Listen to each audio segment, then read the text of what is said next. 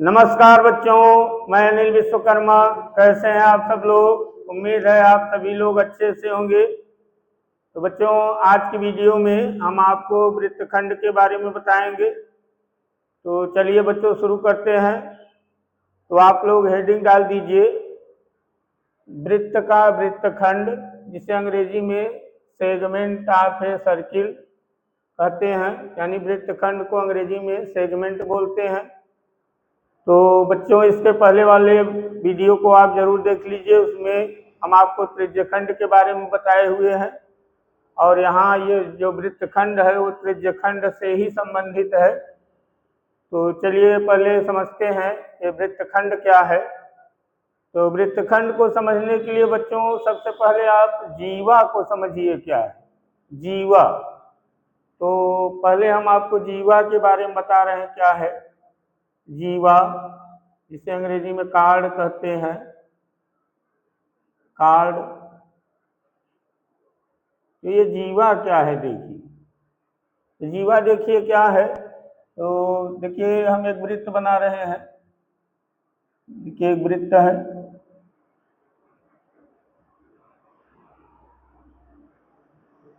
ये वृत्त हुआ। और ये देखिए वृत्त का केंद्र है, ये वृत्त का केंद्र है। और ये वृत्त की क्या है? परिधि है। ये वृत्त की परिधि है। ये वृत्त का केंद्र है, जिसे O से प्रदर्शित कर सकते हैं। और ये जो घुमावदार गोलाईदार लाइन है उसे क्या कहिए? परिधि।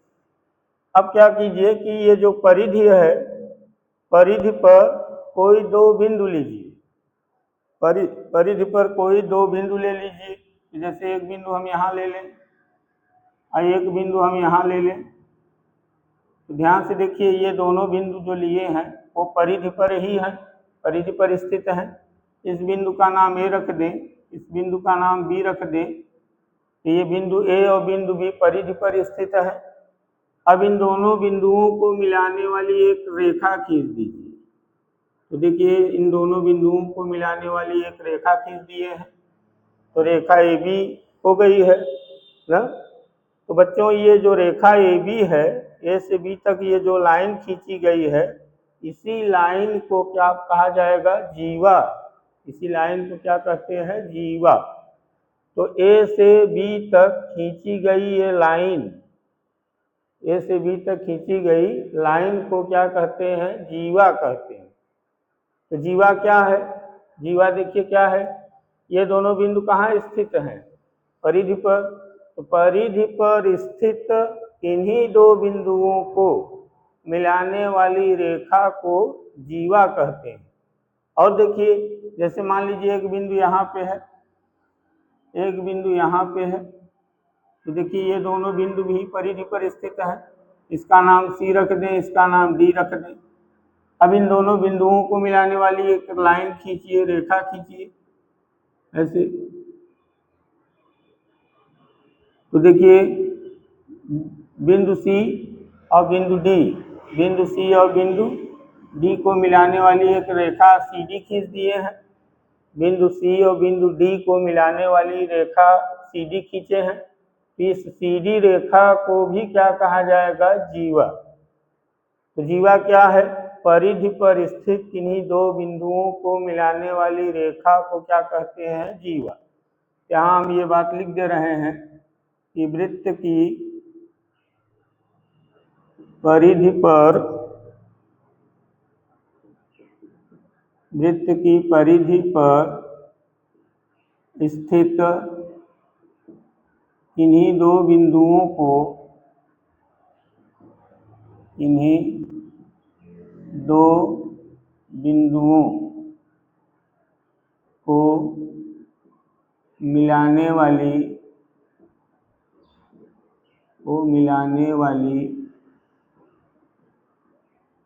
रेखा को वृत्त की, मिलाने वाली रेखा को वृत्त की जीवा कहते हैं, वृत्त की जीवा कहते हैं। चित्र में देखिए, चित्र में कौन कौन जीवाएं हैं। देखिए ए से बी तक जो लाइन खींची गई है वो भी जीवा है, और सी से डी तक जो लाइन खींची गई है वो भी क्या है, जीवा है। तो चित्र में रेखा खंड ए बी और सी डी वृत्त की दो जीवाएं हैं, दो जीवाएं हैं। तो चित्र में ए बी एक जीवा है और सी डी दूसरी जीवा है, यानी कुल दो जीवाएं चित्र में दिखाया गया है। तो बच्चों जीवा आपको समझ में आया होगा, जीवा किसे कहते हैं। परिधि पर कोई दो बिंदु ले लीजिए, परिधि पर कोई दो बिंदु ले लीजिए और उन्हीं दोनों बिंदुओं को मिलाने वाली एक लाइन खींच दीजिए, उसी लाइन को बोला जाता है वृत्त की जीवा। तो चलिए अब समझते हैं वृत्तखंड क्या है। इसे हम मीट दे रहे हैं। अब हम आपको वृत्तखंड के बारे में बता रहे हैं, इसे आप लोग नोट कर लीजिएगा। चलिए इसे हम मीट दे रहे हैं। देखिए वृत्तखंड क्या है, इसके लिए देखिए हम फिर से एक वृत्त बना रहे हैं। ये वृत्त है,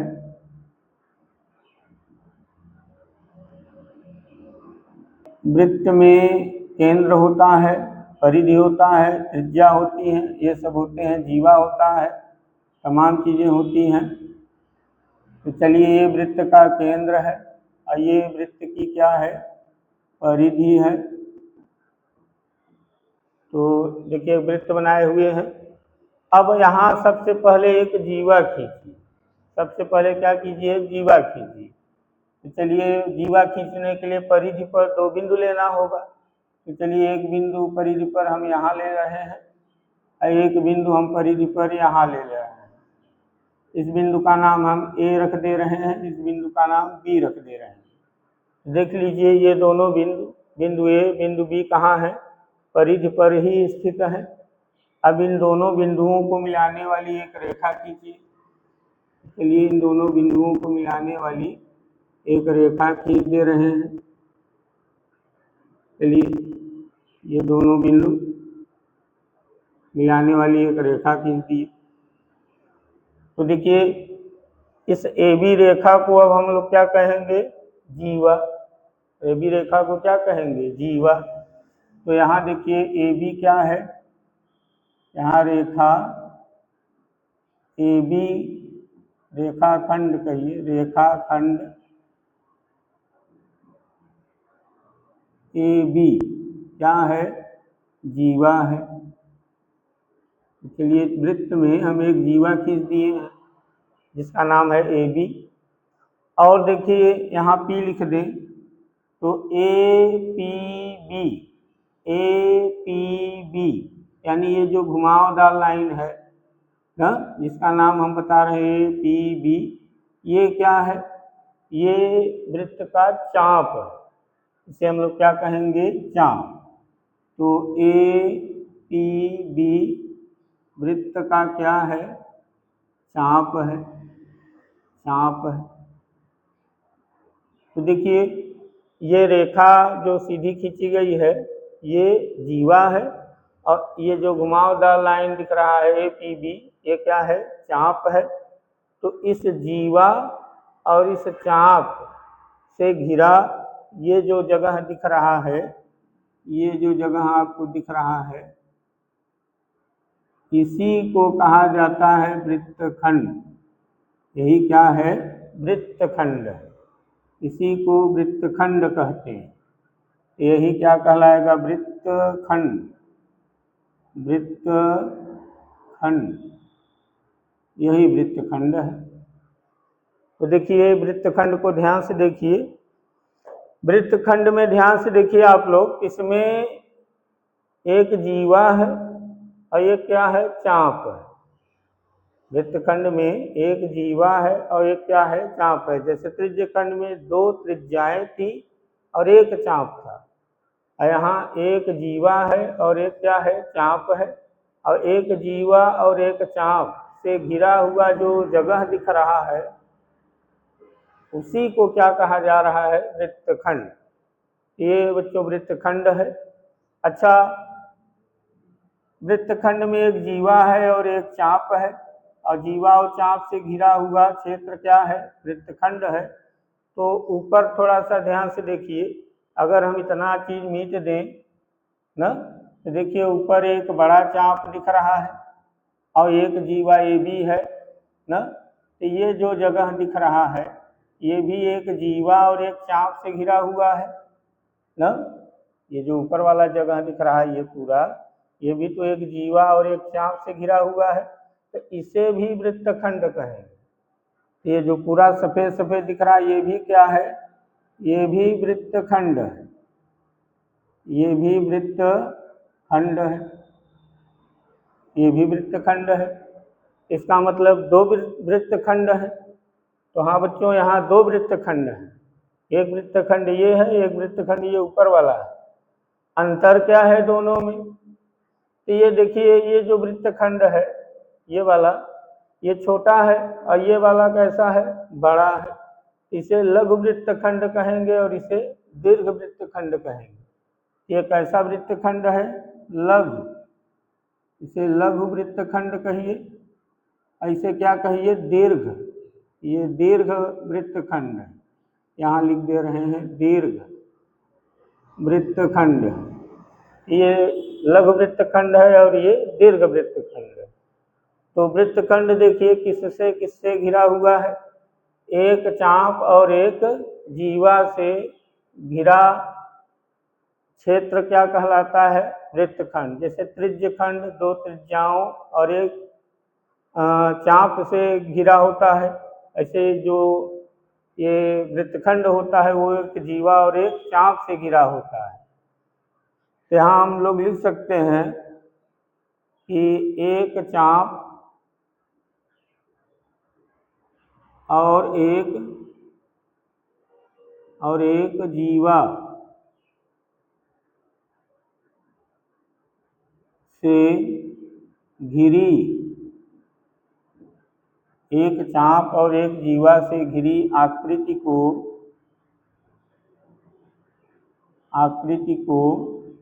वृत्तखंड कहते हैं, वृत्तखंड कहते हैं।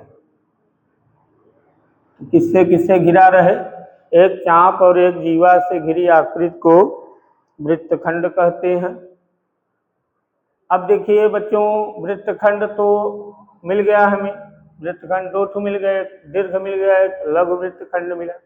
अब इनका क्षेत्रफल कैसे निकालेंगे, ये जो वृत्तखंड है इसका क्षेत्रफल कैसे निकालें। इसका क्षेत्रफल निकालने के लिए आप ध्यान से देखिए, हम यहाँ चित्र फिर से बना दे रहे हैं इसी तरह का।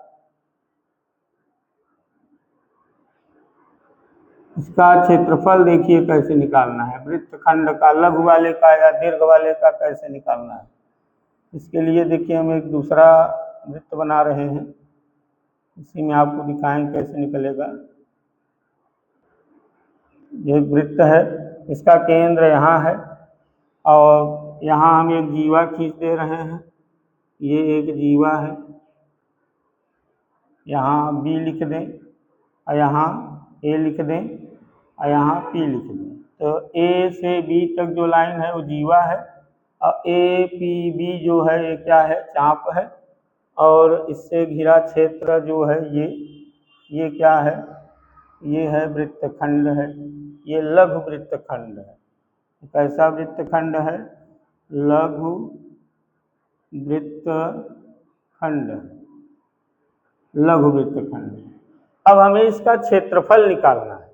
इसका क्षेत्रफल देखिए कैसे आएगा, इसका क्षेत्रफल निकालने के लिए ये जो केंद्र है इसका नाम ओ रख दे रहे हैं और ओ से ए तक एक लाइन खींच दे रहे हैं। ये ओ ए त्रिज्या है वृत्त की, ओ से ए तक जो लाइन मिला है ये वृत्त की त्रिज्या है, इसे आर लिख सकते हैं।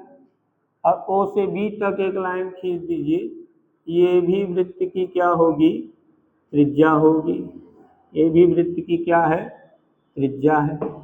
और देखिए बच्चों यहाँ कोण कितना है, मान लिया जाए कि यहाँ जो कोण बना है वो थीटा है। तो आपको त्रिज्यखंड याद होगा, और अगर नहीं याद है तो आप इसके पहले वाला वीडियो देख लीजिए। तो बच्चों यहाँ जो ये आकृति दिख रही है, ओ से ए से पी, पी से बी, बी से ओ, यानी इस तरह की जो आकृति दिख रही है आपको, ये इस तरह की आकृति, ये जो है त्रिज्यखंड है। ये क्या है, त्रिज्यखंड है। तो ध्यान से देखिए, इस ये आकृति वहाँ दिखाई दे रहा है पूरा, तो ये क्या कहलाएगा, त्रिज्यखंड। यानी ओ ए पी बी ओ, ये क्या है, त्रिज्यखंड है। और इसी त्रिज्यखंड में ये जो है इतना, ये क्या है, वृत्तखंड है। ये क्या है, वृत्तखंड है। तो इसका क्षेत्रफल कैसे आएगा, तो चूंकि ये जो वृत्तखंड है वो त्रिज्यखंड में शामिल है। वृत्तखंड कहाँ है, त्रिज्यखंड के अंदरवा है, तो कैसे इसका क्षेत्रफल निकलेगा। तो क्या किया जाए, पूरे त्रिज्यखंड का क्षेत्रफल निकाला जाए। पूरे त्रिज्यखंड का क्या निकाला जाए, क्षेत्रफल निकाला जाए। यानी पूरे त्रिज्यखंड का क्षेत्रफल निकाल के उसमें ये जो त्रिभुज जैसा दिख रहा है, देखिए ओ ए बी ओ, ये जो त्रिभुज जैसा दिख रहा है, तो पूरे त्रिज्यखंड के क्षेत्रफल में से इस त्रिभुज का क्षेत्रफल क्या कर दीजिए, घटा दीजिए, तो जो बचेगा वो वृत्तखंड का क्षेत्रफल ही माना जाएगा। तो वृत्तखंड का क्षेत्रफल कैसे आएगा, पूरे त्रिज्यखंड का क्या निकाला जाए, क्षेत्रफल, और उसमें ये जो त्रिभुज दिख रहा है, त्रिभुज देखिए यही है, ये त्रिभुज है, ये जो दिख रहा है ये क्या है, त्रिभुज है। इसी त्रिभुज का क्षेत्रफल क्या करें, घटा दें। त्रिज्यखंड के क्षेत्रफल में से त्रिभुज का क्षेत्रफल घटाने से क्या मिल जाएगा, वृत्तखंड का क्षेत्रफल। तो चलिए देखिए, इसका क्षेत्रफल निकालने का सूत्र हम लिख दे रहे हैं। तो सूत्र क्या है इसका, देखिए, तो पहला सूत्र लिखना है। तो देखिए पहला सूत्र क्या है, वृत्तखंड का क्षेत्रफल,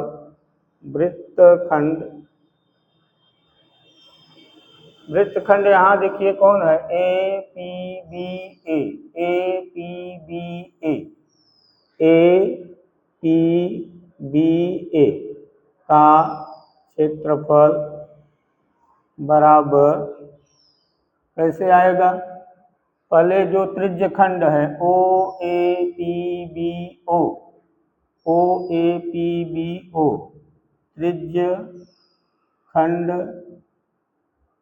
ओ ए पी बी ओ का क्षेत्रफल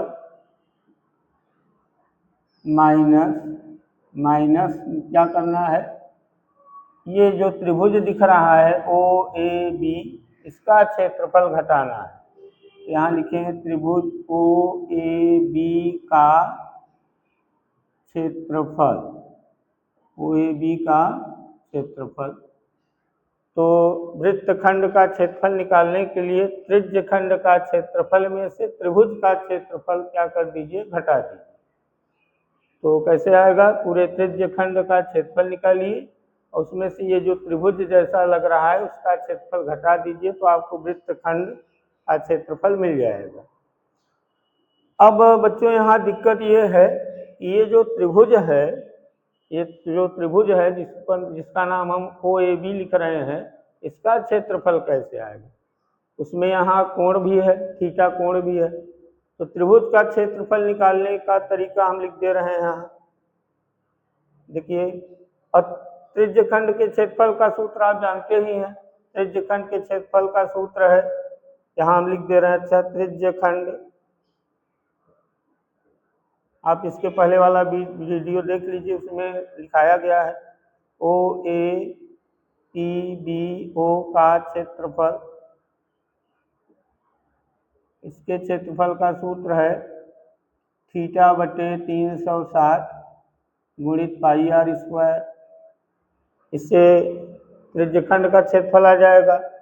और जो त्रिभुज है उसका क्षेत्रफल, तीसरा नंबर त्रिभुज ओ ए बी का क्षेत्रफल, इसका क्षेत्रफल निकालने का सूत्र हम एक तो बढ़िया सूत्र लिख दे रहे हैं कि यहाँ कैसा भी कोण हो, चाहे 60 हो, चाहे 90 हो, चाहे 120 हो, चाहे जितने अंश का कोण हो, सबके लिए ये सही है। तो त्रिभुज ओ ए बी का क्षेत्रफल निकालना हो तो r स्क्वायर साइन थीटा बटे 2 इंटू कास थीटा बटे 2। तो वहाँ जो त्रिभुज बना हुआ है उसका क्षेत्रफल निकालना होगा, तो ये सूत्र लगा दीजिए। और जो त्रिज्यखंड है उसका क्षेत्रफल इस सूत्र से निकाल लीजिए, और त्रिज्यखंड के क्षेत्रफल में से त्रिभुज का क्षेत्रफल घटा देंगे तो आपको वृत्तखंड का क्षेत्रफल मिल जाएगा। चलिए अब बच्चों देखिए, जैसे मान लीजिए आपको लघु वृत्तखंड का क्षेत्रफल मिल गया है, लघु वृत्तखंड का क्षेत्रफल मिल गया है और आपको दीर्घ वाले का निकालना है। जैसे लघु वाले का मिल गया और दीर्घ वाले का निकालना है, तब कैसे निकालेंगे? तो दीर्घ वृत्तखंड का क्षेत्रफल देखिए कैसे निकालना है। दीर्घ वृत्तखंड का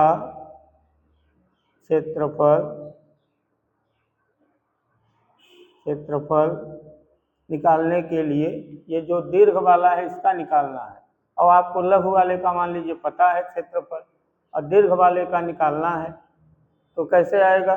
तो पूरे वृत्त के क्षेत्रफल में से लघु वाले का क्षेत्रफल घटा दीजिए। वृत्त के क्षेत्रफल में से लघु वृत्तखंड का क्षेत्रफल घटा दीजिए। तो वृत्त का क्षेत्रफल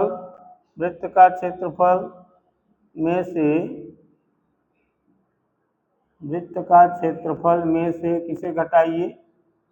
लघु वृत्तखंड का क्षेत्रफल घटाइए। लघु वृत्तखंड का क्षेत्रफल घटा दीजिए। क्षेत्रफल तो दीर्घ वृत्तखंड का क्षेत्रफल निकालने के लिए वृत्त का क्षेत्रफल, पूरे वृत्त के क्षेत्रफल में से लघु वृत्तखंड का क्षेत्रफल क्या करना है? घटाना है। तो घटाने जो आएगा वो दीर्घ वृत्तखंड का क्षेत्रफल होगा। और इसी तरह से मान लीजिए आपको दीर्घ वृत्तखंड का क्षेत्रफल पता है और लघु का निकालना है, यानी लघु वृत्तखंड का क्षेत्रफल निकालना है। लघु वृत्तखंड का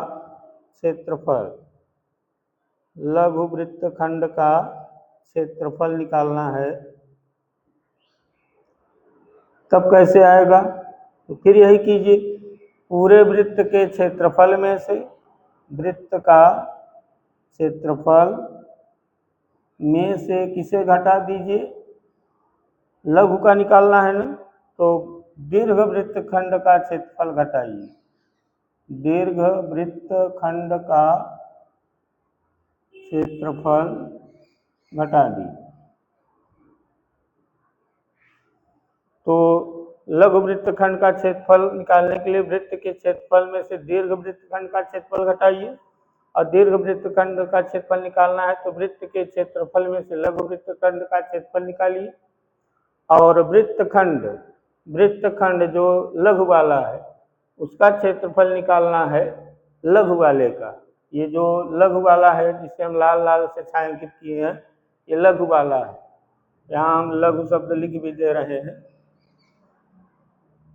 तो लघु वृत्तखंड का क्षेत्रफल निकालना है तो पहले आप त्रिज्यखंड का क्षेत्रफल निकाल के उसमें से त्रिभुज का क्षेत्रफल घटा दीजिए, तो आपको लघु वाले का मिल जाएगा। और लघु वाले का मिल जाएगा तो दीर्घ वृत्तखंड का क्षेत्रफल ही आ जाएगा। वृत्त के क्षेत्रफल में से लघु वाले का घटा देंगे।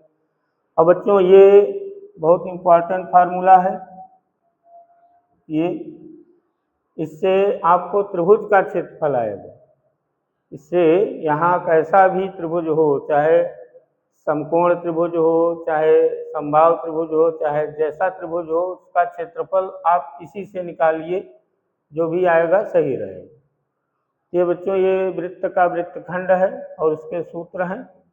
अब इसे हम मीट रहे हैं और उदाहरण नंबर 2 को हम हल कर रहे हैं। इसे आप लोग नोट कर लीजिए, तब उदाहरण 2 को बताया जाए। तो चलिए इसे हम मीट रहे हैं। आप लोग स्क्रीनशॉट भी ले सकते हैं या कॉपी में नोट कर लीजिए। चलिए इसे हम मीट दे रहे हैं।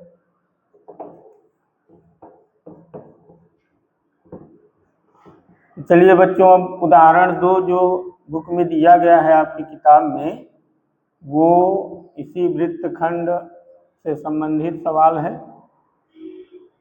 तो चलिए यही उदाहरण 2 लिखिए। तो देखिए उदाहरण 2 में दिया गया है,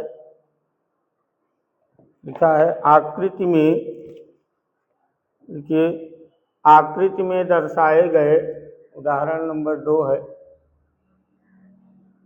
उदाहरण नंबर 2 लिखा है आकृति में दर्शाए गए, आकृति में दर्शाए गए वृत्तखंड का क्षेत्रफल ज्ञात कीजिए।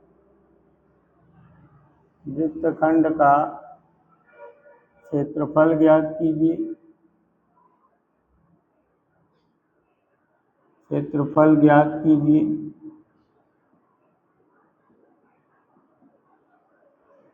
यदि वृत्त की त्रिज्या, यदि वृत्त की त्रिज्या, यदि वृत्त की त्रिज्या 21 सेंटीमीटर,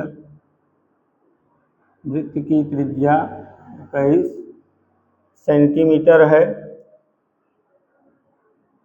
और कोण AOB बराबर, कोण AOB बराबर 120 अंश है और पूर्ण विराम ब्रैकेट में पाई का मान दिया गया है। पाई का मान यहाँ 22/7 लिख दिए हैं। तो पाई का मान हम लोग 22/7 ही रखेंगे।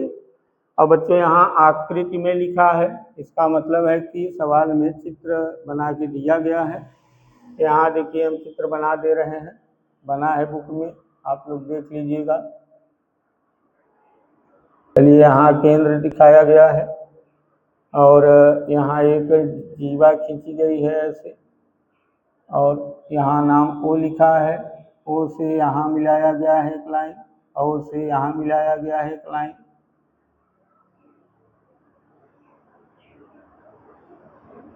ऐसे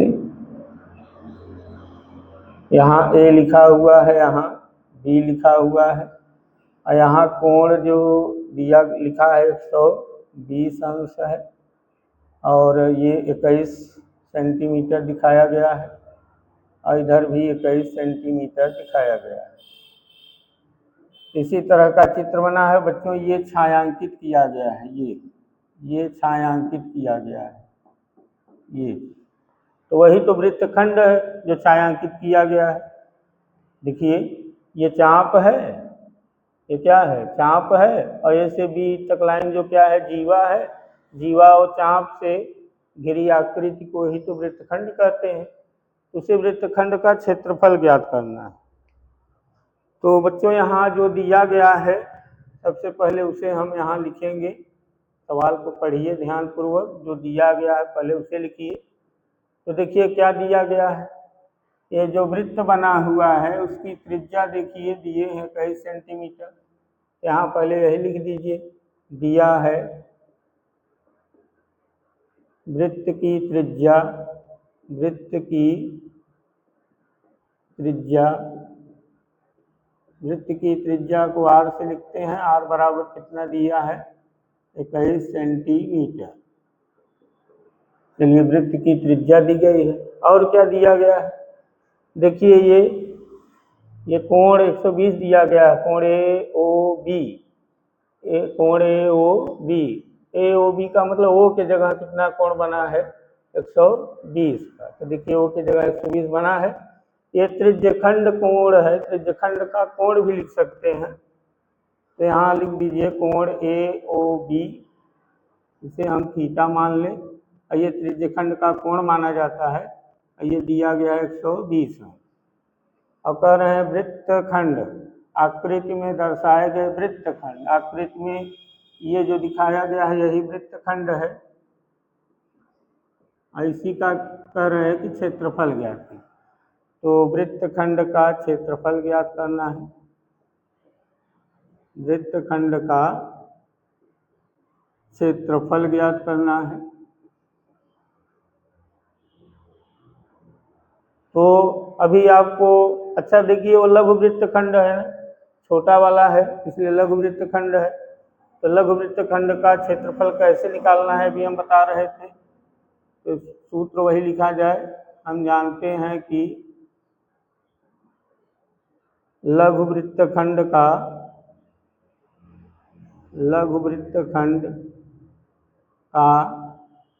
क्षेत्रफल कैसे निकालना है।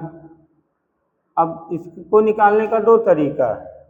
अगर आपको दीर्घ वृत्तखंड का क्षेत्रफल पता है, दीर्घ वृत्तखंड का क्षेत्रफल पता है, तो वृत्त का क्षेत्रफल में से दीर्घ वृत्तखंड का क्षेत्रफल घटा दीजिए, तुरंत आ जाएगा।